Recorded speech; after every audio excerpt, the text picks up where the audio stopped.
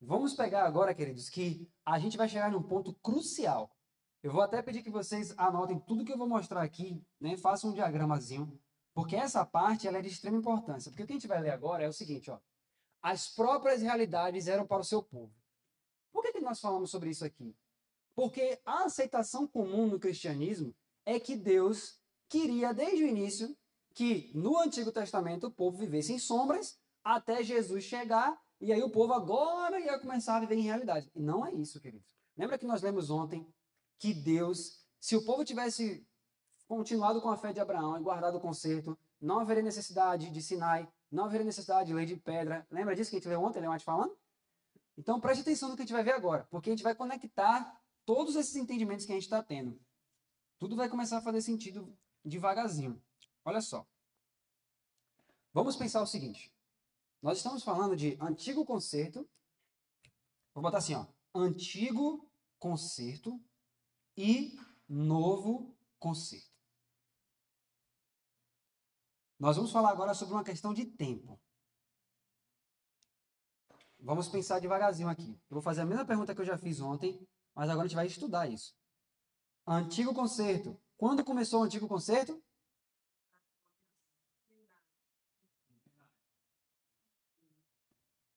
O antigo concerto começou onde? Vamos refazer essa pergunta aí. O que é o antigo concerto que nós estamos estudando? Estava baseado em quê? Qual era a base do antigo concerto? Qual foi a frase que nós podemos resumir o antigo concerto? Pronto. Se essa é a frase, tudo que o Senhor falou, faremos. Se essa é a base do antigo concerto, quando começou o antigo concerto? Pronto. O antigo concerto começou no Sinai. Vamos para o novo concerto agora. Qual é a base do novo concerto? Nós vamos ter ainda uma palestra específica sobre ele. Mas a base, se aqui é tudo que o Senhor falou, faremos. Quem é que faz aqui no novo concerto? Então a base do novo concerto é quem? Cristo. O novo concerto, ele foi feito quando?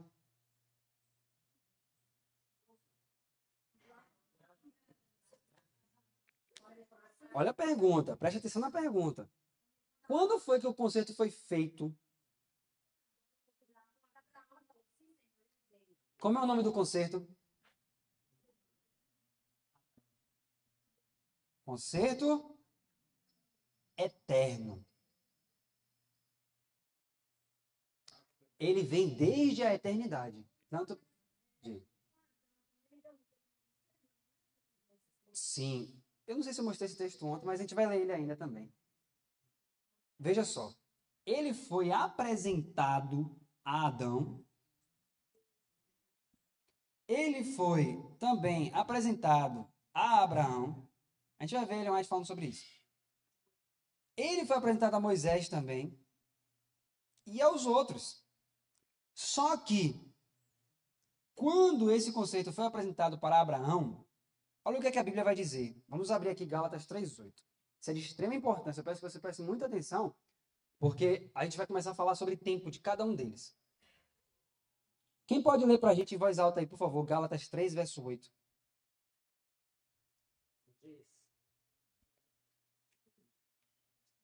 Ora, tendo a Escritura previsto por Deus, havia de justificar pela fé os gentios, anunciou primeiro o Evangelho a Abraão, dizendo: em ti serão benditas todas as nações. Perfeito. Então, olha o que a Bíblia está dizendo. Preste atenção no verso. Então, anota aí, ó, Gálatas 3:8. Gálatas 3:8. Deus, a Escritura, havendo previsto que Deus haveria de justificar pela fé os gentios, anunciou primeiramente o Evangelho a... Então, o Evangelho foi pré-anunciado a Abraão. Deus apresentou a promessa a Adão, mas Deus detalhou e foi ele mesmo pregando e mostrando para quem? Para Abraão. Então, Abraão ouviu o Evangelho segundo Deus. Então, Abraão ouviu a pregação do evangelho. Pronto. Só que esse conceito já existia antes que Abraão nascesse, sim ou não? Antes mesmo que Adão fosse formado, sim ou não? Sim. Então, temporalmente falando, na linha do tempo, quem veio primeiro? O antigo ou o novo concerto? Todos entendem isso? Se você for olhar na linha do tempo, primeiro, quem nasce? O novo conceito. É ou não é? Então, o novo é mais antigo que o antigo. Ou o velho. Tá claro para todo mundo? O novo é mais antigo que o velho. Agora que a gente começa a enxergar isso, olha também como isso vai impactar a nossa leitura bíblica. Pode apagar isso aqui, gente? Pode? Se alguém estiver anotando. Ó, já que o novo. Agora, olha que fantástico que a gente vai começar a enxergar. Porque muitas vezes a gente lê o Antigo Testamento, mas fica assim, é só história. A gente lê a história de Abraão, e aí a gente lê muitas vezes o Antigo Testamento, e você vê que muitas vezes parece só história para criança. Ah, bora falar da história de Abraão, história de Moisés, a história de Josué. Preste atenção nisso. Eu vou mostrar algumas coisas para vocês ainda, olha só.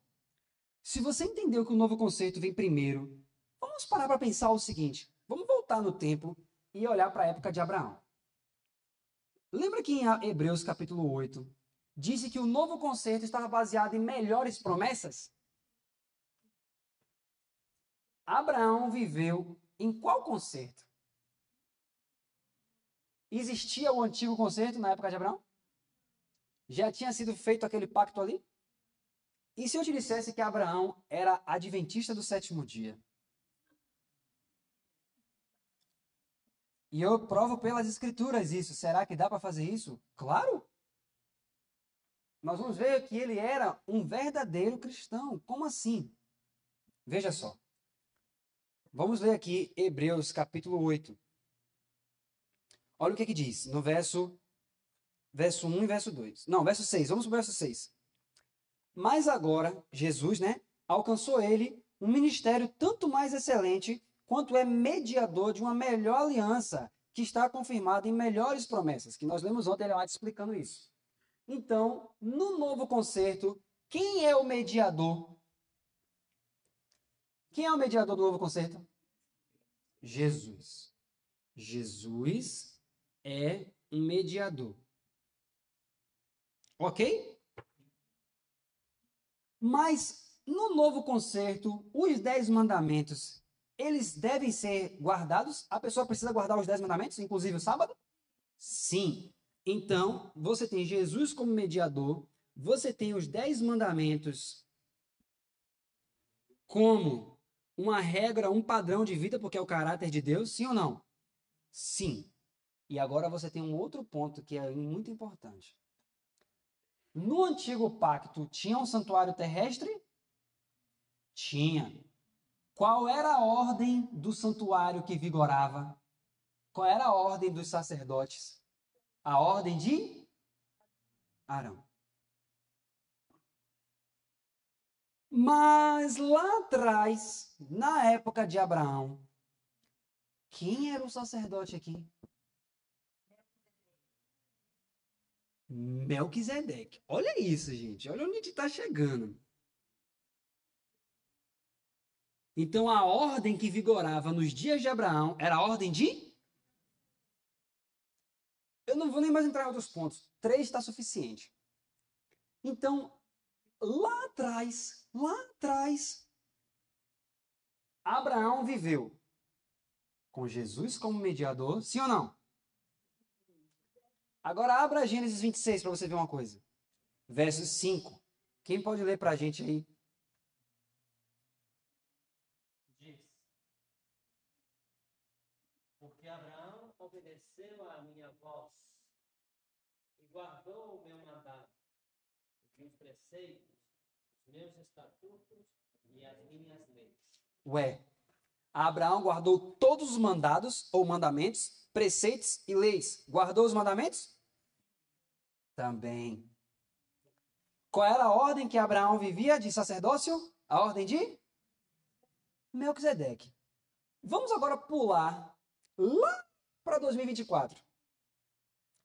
Um cristão hoje que aceita Jesus, ele tem Jesus como mediador? Tem. Em Apocalipse 14, quando fala daqueles que são os verdadeiros e sinceros nos últimos dias, eles guardam os mandamentos e têm a fé de Jesus? Abraão teve a fé de Jesus? E outra coisa, hoje em 2024, qual é a ordem que vigora de sacerdócio? Hebreus capítulo 6, verso 20.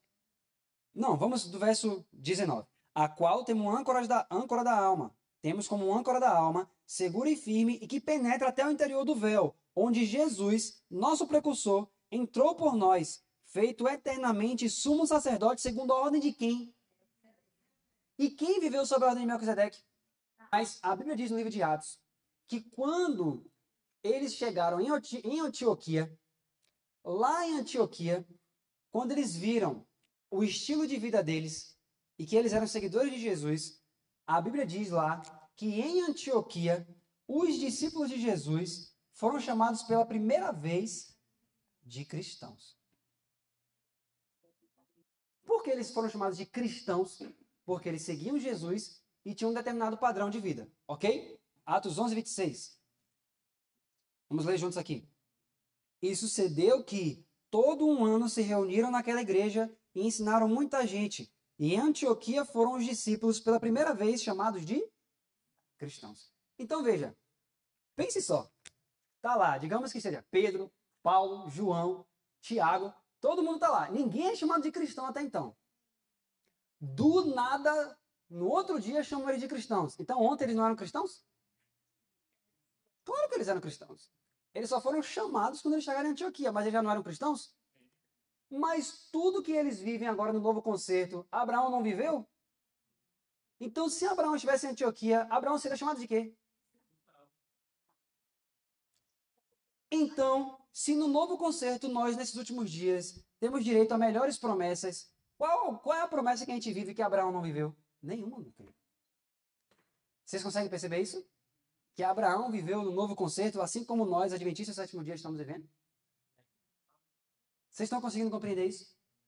Por isso que quando você olhar a vida de Abraão, pode ver a vida de um verdadeiro adventista do sétimo dia.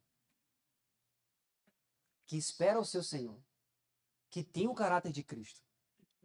Que intercede pelo povo.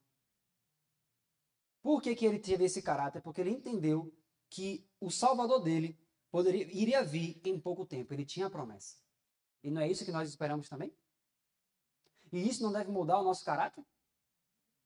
Quando os anjos vieram, olha que interessante, vieram 3 anjos para Abraão. Você lembra disso? 3 seres. Claro que ali também estava Deus. Mas quando eles vieram, que anunciaram a Abraão que iria destruir Sodoma, Abraão falou, destrói mesmo, Senhor, porque é tudo miserável. Tudo miserável.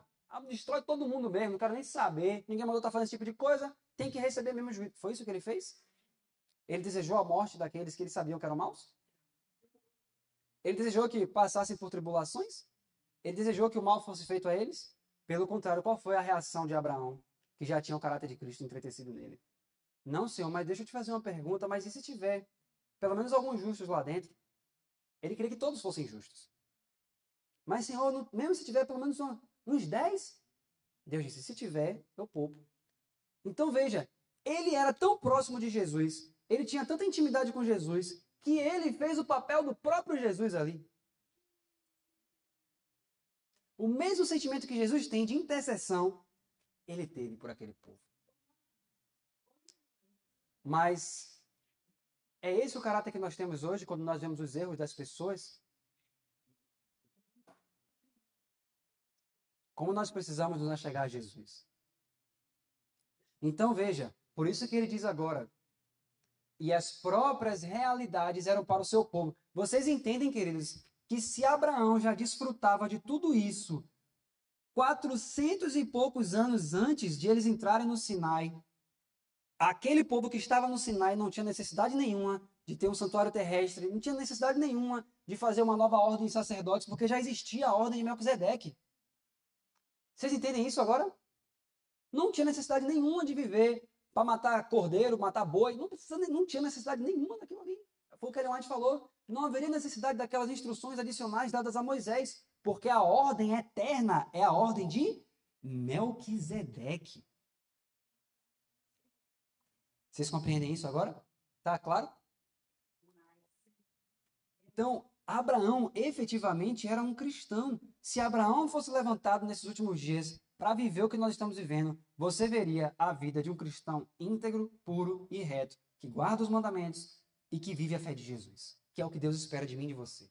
O que Deus espera de mim e de você é o que ele esperava de Abraão há milhares de anos atrás. Então, queridos, por isso que vocês veem que está tudo pronto. Está tudo pronto há muito tempo. Há muito tempo.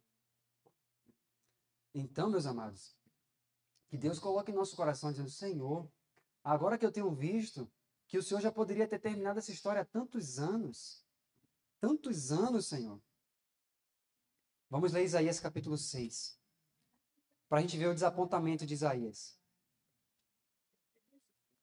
Agora que a gente entendeu que a nova aliança já estava disponível desde a época de Abraão, então quando Isaías foi levantado, a nova aliança já estava ali disponível para ser desfrutada? Estava, pela fé em Jesus, já sim para ele. Agora, olha só, exatamente, vamos ver Isaías capítulo 6. Olha só, todos acharam aí Isaías 6?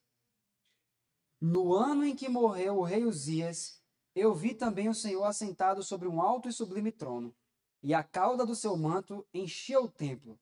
Serafins estavam por cima dele, cada um tinha 6 asas, com 2 cobriam seus rostos, e com 2 cobriam seus pés, e com 2 voavam, e clamavam uns aos outros, dizendo, Santo, Santo, Santo é o Senhor dos exércitos, toda a terra está cheia da sua glória. E os umbrais das portas se moveram à voz do que clamava, e a casa se encheu de fumaça.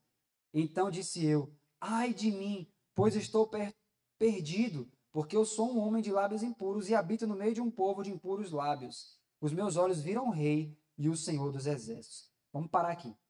Queridos, Isaías viu o santuário, e quando ele viu o santuário, às vezes a gente pensa, né, ele começou a se tremer porque ele viu tudo aquilo, mas ele viu uma coisa que fez ele ficar com medo.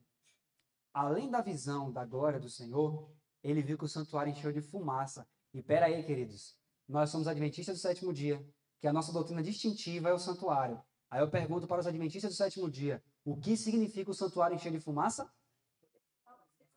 O profeta Isaías viu o mesmo que o apóstolo João viu no capítulo 15 de Apocalipse. A profecia de Apocalipse 15 nos apresenta um dos momentos mais solenes da história da redenção. O santuário celestial se encherá de fumaça, proveniente da glória de Deus e de seu poder. Apocalipse 15:8, indicando que o trabalho intercessório de Cristo, como sumo sacerdote, terá chegado ao fim. Esse evento é semelhante ao que aconteceu no santuário terrestre, quando a glória de Deus enchia o tabernáculo ou o templo, impossibilitando a entrada dos sacerdotes. Êxodo capítulo 40, versos 34 e 35, e 1 Reis 8, 10 a 11. Assim como na antiga dispensação, a presença de Deus marcava o início ou o encerramento de um período especial. No santuário celestial, isso simboliza o fechamento do tempo de graça. Atualmente, Jesus exerce o papel de mediador entre Deus e os homens. Ele é o único mediador, como ensinado em 1 Timóteo 2:5. Porque há um só Deus e um só mediador entre Deus e os homens, Jesus Cristo, homem. Porém, a profecia de Daniel 12:1 aponta que chegará um momento em que Miguel se levantará, uma expressão que indica o fim de seu ministério intercessório e o início do juízo executório. Nesse momento, a porta da graça será fechada, Lucas 13, 25 a 28, e o destino eterno de cada indivíduo estará selado. Quem é injusto, faça injustiça ainda. Quem está sujo, suje-se ainda. E quem é justo, faça justiça ainda. E quem é santo, seja santificado ainda. Apocalipse 22:11. Deus é longânimo, e deseja que todos cheguem ao arrependimento. 2 Pedro 3:9. Mas sua paciência não será eterna. Desde o início da história humana, ele tem suportado o pecado e oferecido oportunidades de salvação. Mas, como nos dias de Noé, haverá um momento em que o limite será alcançado. Gênesis 6:3. Quando a fumaça encher o santuário celestial, isso representará o ponto final da intercessão de Cristo e o início da execução de seu juízo. Apocalipse 15:1. Esse será um dia solene para a humanidade, descrito por Isaías como o ato estranho de Deus. Porque o Senhor se levantará, como no monte Perazim, e se irará, como no vale de Gibeão, para realizar a sua obra estranha, e para executar o seu estranho ato. Isaías 28:21. Essa obra estranha é o juízo sobre os ímpios, uma ação que não é natural ao caráter de um Deus que é amor. 1 João 4:8. Mas que é necessária para erradicar o pecado e restaurar a justiça no universo. A fumaça no santuário celestial simboliza tanto a glória de Deus quanto o encerramento de uma obra. No santuário terrestre, a fumaça do incenso representava as orações dos santos subindo diante de Deus. Apocalipse 8:3-4. Porém, quando o santuário é preenchido com a glória de Deus, ninguém mais pode entrar. Apocalipse 15:8. Isso indica que o tempo de mediação chegou ao fim. Assim como no dia da expiação, no sistema terrestre, quando o sumo sacerdote saía do Santo dos Santos após completar o ritual de expiação, Cristo também encerrará sua obra mediadora no santuário celestial. Quando Cristo deixar de interceder, o destino de todos estará decidido. Esse é o momento descrito em Apocalipse 22:12, quando Jesus declara: "E eis que cedo venho, e o meu galardão está comigo, para dar a cada um segundo a sua obra." Aqueles que aceitaram a Cristo e se submeteram à sua justiça estarão protegidos. Porém, aqueles que conscientemente rejeitaram a graça estarão sujeitos à ira de Deus, que é sua resposta justa ao pecado não arrependido. Romanos 1:18. Esse é o momento em que Deus colocará um ponto final na história do pecado. Como Abacuque declarou: "Tu és tão puro de olhos, que não podes ver o mal e a opressão não podes contemplar." Abacuque 1:13. O pecado será erradicado, e Satanás, o grande acusador, Apocalipse 12:10, será finalmente derrotado. Deus será vindicado, e todo o universo reconhecerá a justiça de suas ações. Filipenses 2:10-11. Isaías viu, no capítulo 6, que quando Deus o enviasse, se o povo desse ouvidos à voz do Senhor, então, num breve período, o santuário se encheria de fumaça, indicando que em pouco tempo a obra seria concluída. Isso o fez tremer por sua condição e pela condição do seu povo. Então, o que é que Isaías estava vendo ali, queridos? E quando ele viu que a porta da graça já ia fechar, qual foi o sentimento dele? Estou perdido, meu pai do céu, já está chegando o tempo. Como que vai ser isso, Senhor? A porta da graça está para fechar e eu, a minha condição. Aí ele começou a perceber: não, você não está pronto não, amigo. Não é esse sentimento que a gente tem até hoje, em 2024? Ele falou: ai de mim, porque eu estou perdido, a porta da graça vai fechar. Mas por quê? O Messias nem tinha vindo ainda. Mas ele sabia que o propósito de Deus era que o Messias viesse e em pouco tempo o Messias retornasse. Ele sabia disso. Tanto é, a coisa era tão junta no Antigo Testamento que eles nem discerniram quando era a primeira e quando era a segunda vinda. Porque Deus sempre falava de uma forma que tudo ia ser rápido. Tanto que eles confundiram. Não, aqui é a segunda, não, aqui é a primeira. Quando fala de um rei que virá e tudo, aqui é a primeira. Aí eles confundiram tudo. Então, quando Isaías tem essa visão, ele falou: ai de mim, estou perdido. Aí, olha só, continuando. Porém, um dos serafins voou para mim, trazendo na sua mão uma brasa viva que tirara do altar com uma tenaz. E com a brasa tocou a minha boca e disse: eis que isto tocou os seus lábios. A tua iniquidade foi tirada e expiado o teu pecado. Depois disso, ouvi a voz do Senhor, que dizia: a quem enviarei? E quem há de ir por nós? Então disse eu: eis-me aqui, envia-me a mim. Então, quando ele viu a urgência da mensagem, que é o que nós estamos vendo nesses últimos dias, a urgência da mensagem do alto clamor, ele disse, Senhor, me manda, eu preciso ir, eu quero levar essa mensagem. Agora, preste atenção, qual era a mensagem, queridos? Preste atenção nisso aqui, olha só. Verso 9. Então disse ele, vai e dize a este povo, ouvis de fato e não entendeis, e vedes em verdade, mas não percebeis. Engorda o coração deste povo e faz-lhe pesados os ouvidos e fecha-lhes os olhos, para que ele não veja com seus olhos e não ouça com seus ouvidos, nem entenda com seu coração, nem se converta e seja sarado. Então disse eu, até quando, Senhor? Aqui que está o ponto. Agora preste atenção. Quando Deus fala o que era para falar para o povo, Isaías faz a seguinte pergunta. Senhor, até quando? E isso, querido, nós estamos no Antigo Testamento, sim ou não? E lá atrás, na época de Isaías, ele perguntou, até quando, Senhor? A pergunta dele foi, até quando eu tenho que pregar isso? Então Deus disse, quem é que vai pregar? Deus está falando assim, ó, quem é que vai levar a mensagem? Quem é que vai pregar? Isaías, eu, Senhor, eu vou.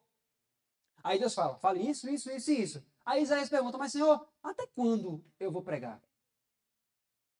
Ele queria saber, até que momento o Senhor vai me usar? Olha a resposta de Deus. Verso 11. Então disse eu, até quando, Senhor? Olha a resposta de Deus. Até que sejam desoladas as cidades, e fiquem sem habitantes, e as casas sem moradores, e a terra seja de todo assolada. Antes você ia ler isso e dizer, é a terra de Israel, é aquele pedaço somente. A promessa era só a terra daqui? Quando Deus falou que a terra seria assolada e ficaria sem habitantes, sem ninguém, que terra ele está falando aqui? O mundo. E aí eu faço uma pergunta para você. Quando é que o mundo vai ficar desolado, desabitado e sem ninguém? Qual é o momento que a Bíblia diz que isso vai acontecer? Quando? Na volta de Jesus. Então, quando Deus fala, Isaías, você vai pregar até que o mundo fique sem ninguém, o que Deus está dizendo para ele? Você vai pregar até a volta de Jesus. Qual era a vontade inicial de Deus, então? Que naquele período, o Messias viesse, o povo aceitasse, em um breve período, o próprio Isaías seria permitido a ele que ele pregasse até a volta de Jesus. Quem vai ser esse povo que vai estar vivo e vai pregar até a volta de Jesus? Então ele faria parte. Vocês estão conseguindo divisar o que nós estamos falando? Ele faria parte desse povo. Por isso que Jesus diz, o que os profetas desejaram ver, mas não viram, vocês estão vendo. Será que Isaías queria fazer parte desse povo? Que ia pregar, ia ver tudo? Mas ele não fez parte. E olha qual foi o sentimento dele lá no final do ministério dele. Olha só, vamos passar para Isaías capítulo 50. 49, na verdade. Vamos ler Isaías 49. Aqui ele vai abrir o coração dele, ele vai até o fundo do coração dele. Ele vai dizer assim, ó, Isaías 49, verso 1. Ouvi-me, ilhas, e escutai vós, povos de longe.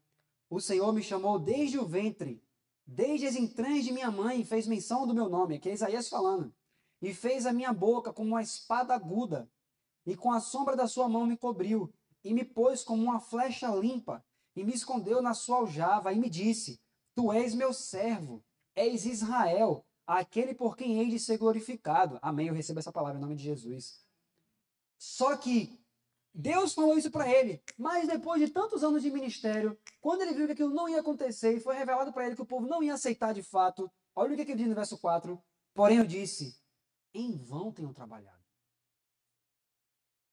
Inútil e vãmente gastei minhas forças. Todavia o meu direito está perante o Senhor e o meu galardão perante o meu Deus. Olha o sentimento dele aqui. Senhor, anos e anos se passam, eu estou pregando para todo mundo aqui, levando a mensagem do alto clamor, para que o Messias venha pela primeira vez, e em pouco tempo ele venha pela segunda. Até hoje, durante anos no meu ministério, eu não vi a vinda do Salvador. O povo não está me dando ouvidos. Eu clamo para cima e para baixo. Parece que não acontece nada, Senhor. É inútil o meu ministério. É inútil. Para que o Senhor me levantou? O Senhor disse, você é Israel, eu vou ser glorificado em você. Mas olha isso, Senhor. Tudo que foi dito lá atrás, nada disso está acontecendo. É inútil o que eu estou fazendo. Mas aí diz o verso 5. E agora diz o Senhor que me formou desde o ventre para ser seu servo, para que torne a trazer Jacó. Ó, porém Israel não se deixará juntar. Ele já sabia, queridos. Que triste isso. Isso não aconteceu com Ellen White também? Ellen White esteve lá no céu, ela viu as glórias futuras, e o que foi que ela pediu para o anjo? Não, eu não quero voltar. Eu não quero voltar. Mas Isaías, no capítulo 35, ele também viu lá. O lobo vai pastar junto com isso. Ele viu, igual a White, ele também viu. Ele falou, eu não quero voltar. Mas quando chega lá na frente do ministério dele, ele diz, o Senhor me chamou para juntar a Jacó, mas eles não vão deixar. Eles estão ouvindo a mensagem, mas toda hora levanta-se, mesmo problema. Contendas, falta de consagração, disse-me disse, porque fulano falou, porque isso aqui, porque Isaías é isso, porque Isaías é aquilo. Pronto. Esse foi o sentimento. E aí, quando Ellen White viu o anjo mostrando, né, o que deveria ter sido na conferência geral e o que foi, e aí o anjo disse, olha, não vai acontecer. Pense o sentimento que ela teve. E aí foi quando ela escreve aquele texto famoso, quando ela diz, né, talvez pode ser que ainda demore muito mais. E ela nem fazia ideia que nós estaremos em 2024. Ela morreu em 1915. Será que ela fazia ideia que nós estaríamos um dia em 2024? Nunca. Então ela disse, olha, realmente, uma mulher que viu o Senhor mostrando que ele poderia ter voltado ali pós-Minneapolis, ele poderia ter voltado depois ali de 93, ela ficou o tempo todo, é agora, é agora, é agora. Escreveu cartas e mais cartas para um monte de pastores, para um monte de líderes que se levantavam contra Jones e Wagner, que falavam contra eles, e eles ficavam falando mal um do outro, e aquela coisa, e ela vendo tudo, aí depois Jesus disse, olha, Ellen White, eu levantei você também para juntar o povo, mas eles não vão se deixar juntar, você vai morrer, você não vai ver a volta de Jesus em vida. Então ela já morreu, ela morreu sabendo que ela iria morrer, que ela não ia ver. Isaías morreu sabendo que não ia acontecer no tempo dele. E o tempo aí foi se prolongando. Se para Ellen White já foi tudo isso, imagine quando Isaías ressuscitar, que a gente disser para ele, Isaías, Jesus voltou em 2000, sei lá quanto. 2027, 2028. Seja lá. Ele vai dizer, o quê? Demorou tudo isso? Aí a gente vai ter que dizer, meu amigo, teve Babilônia, Medopécia, Grécia, Roma, 7 cabeças, 10 chifres. O chifre pequeno, que ficou 1260 anos no poder. Exato. Então, que Deus nos ajude. A gente continue, né, nessa busca, nesse entendimento, para que Jesus Cristo possa ser nascido em nossos corações e retornar logo.